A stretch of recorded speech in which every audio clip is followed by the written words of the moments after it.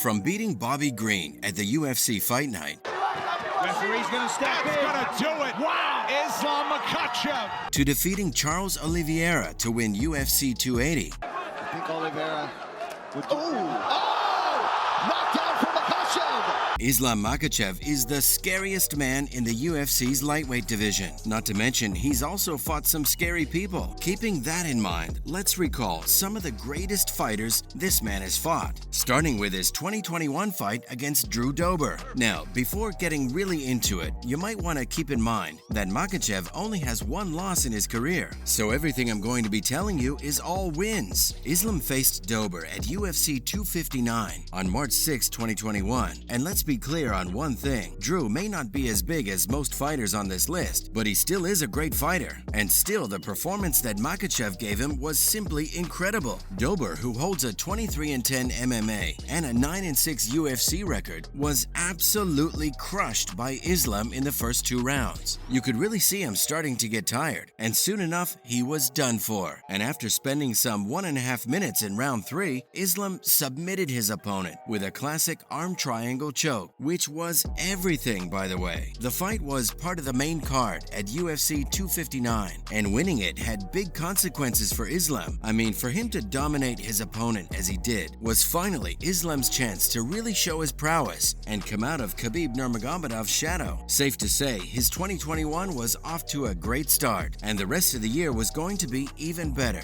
with his famous fight in October 2021 against Dan Hooker. If you thought the first fight was better, just wait till I tell you about Dan. Makhachev's fight against this opponent was very pivotal for his career. He faced Hooker at UFC 267 at Etihad Arena, Abu Dhabi, and this man really made quick work of his perennial lightweight contender. Less than a minute. That's how long it took Islam to close the distance between him and Hooker and attack him. He threw an overhand that was instantly followed by a takedown. Islam dragged Dan to his corner, and he could be seen receiving instructions from his team. After that, fans gasped as Islam suffocated his great opponent with his amazing pressure, which forced the hangman to tap in only the first round. This fight, along with his win against Dober, really established Makhachev as one of the names to look out for in the upcoming years. And he didn't let our expectations down. He continued to fight and win against big fighters in 2022, like Bobby Green at the UFC Fight Night. This fight may not have been the signature win like Islam and his team had hoped, but it was a win nonetheless. A win that was necessary to set Makhachev as the next UFC lightweight title contender. The then 30-year-old absolutely dominated Bobby during the fight, and it only took him about 3 minutes in the first round to get done with him too. His final move was an amazing ground and pound TKO. And that wasn't all. The man also got Green against the cage and shot for a double leg takedown. He continued to land big shots at him. It wasn't until referee Herb Dean intervened that he finally stopped. Now, don't let this fool you into thinking that Bobby is weak. If anything, Green is a fan favorite, and for a good reason too. Until that fight, he'd won the first 5 out of his total 7 fights. He was on a roll, but lately, he'd been on something of a losing streak, and this loss was his 3rd consecutive defeat. But there's a reason for this. You see, Bobby was brought in as a replacement for Islam's initial opponent that night, who'd gotten injured, and he was only brought in 10 days before fight night. This was bound to happen because of its short notice nature. The fight also took place at a catch weight of 160 pounds. Still, the fight garnered a lot of attention from fans and is still remembered as one of the Russian fighter's most popular fights, though no fight has been as popular as Makhachev's bout against Charles Oliveira, because that day, Islam had done the impossible. He had managed to submit Oliveira, the man who's got the most submission wins in the history of the UFC. Yeah, you heard that right. Our favorite defeated all odds and showed the entire fighting world who's boss in the main event of UFC 280 in October 2022. Many were expecting him to struggle at least a bit, but no, this Russian fighter dominated Charles throughout. And even I was surprised to see how he didn't have any problem in even the grappling department. The 31-year-old took Oliveira down in only the first round before dropping him to get an arm triangle choke in the second one. The victory was great for Makhachev, who didn't just get his win streak up to 11, but also got his most prized possession, UFC lightweight title. Now, Charles wasn't the only impossible opponent that Makhachev defeated, and I'm sure everyone watched Islam's most recent fight against Alexander Volkanovski. He'd gotten the lightweight title after winning against Charles. Now he had to make sure that the title stayed with him, which was going to be harder than you'd imagined, given that every major fighter would want to fight him for it now. Alexander was one of them, and he was Islam's first fight of 2023. And what a fight that was! In a classic back-and-forth battle, Makhachev pulled out a unanimous decision over his opponent and kept his lightweight title in UFC 284. And that was mind-blowing. The fight was important for many different reasons. I mean, for one, Volkanovski came in ranked number 1 pound for pound in the world. Islam was still at number 2. So this was the first time in MMA history that the two best fighters in the world would fight each other regardless of weight. After winning this one, Makhachev is considered to be the top pound for pound fighter in the world. He's really filling in Khabib's shoes now, isn't he? And he's not afraid to admit it either.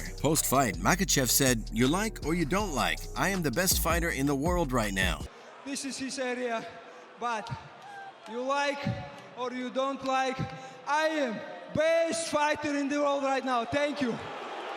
True, but there's more to this story, because for a fight and opponent as big as this, every minute detail matters. And it's time to give some credit to Alexander first. He was a solid underdog, but still performed exceedingly well, as a fighter of his caliber would, which also shows why the fight was pretty close and had to be taken to the unanimous decision point. 48-47, 48-47, and 49-46 for the winner by unanimous decision. And still!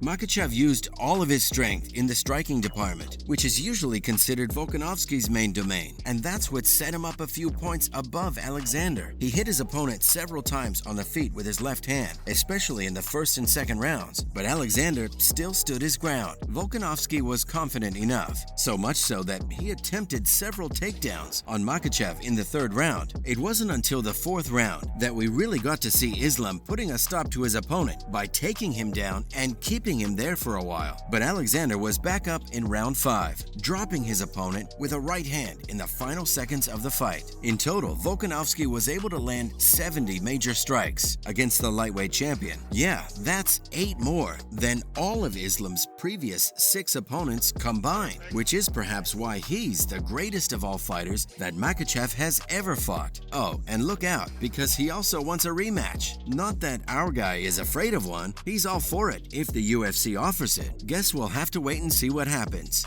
Until then, that's all on the greatest fighters that Makhachev has fought. I think what's going to be interesting to see who has the advantage. Oh, big left hand. That's it. Wow. Islam Makhachev. Wow.